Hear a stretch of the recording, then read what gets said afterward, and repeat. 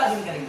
सजीव में क्या हो जाएगा, पौधा हो जाएगा, जंतु हो जाएगा, सूक्ष्म जीव हो जाएगा। पौधा हो जाएगा, जंतु हो जाएगा, सूक्ष्म जीव हो जाएगा, उसको अध्ययन करेंगे, उसको क्या कहेंगे, सजीव।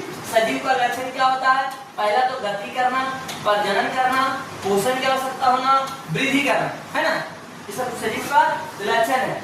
जीव विज्ञान को हम लोग दो भागों में बांटते हैं। कितने भागों में बांटते हैं, दो भागों में।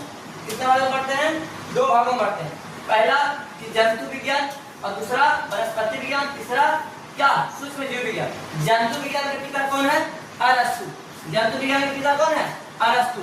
और सूक्ष्म जीव विज्ञान के पिता कौन है, तो लीवेनहॉफ। वनस्पति विज्ञान के पिता कौन है, थियोफ्रेस्टस। वनस्पति विज्ञान कौन है, थियोफ्रेस्टस। बायोलॉजी सबसे पहले कौन दिया था, लेमार्क और ट्रेविरेनस, है ना, लेमार्क और ट्रेविरेनस।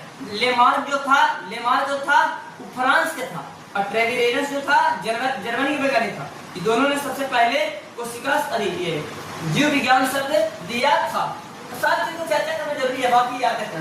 अब इतना बात हो गया कि जीव विज्ञान के पिता अरस्तु, वनस्पति विज्ञान के थियोफ्रेस्टस और सूक्ष्म विज्ञान के लीवेनहॉफ।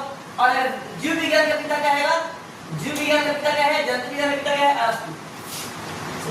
आगे अरस्तु का पुस्तक क्या था, हिस्टोरिया एनिमलिया। थियोफ्रेस्टस पुस्तक क्या था, हिस्टोरिया प्लांटिनम, है ना, कि वनस्पतियों का संग्रह किया था और किसको, जीवों का संग्रह किया था। उसके बाद में शरीर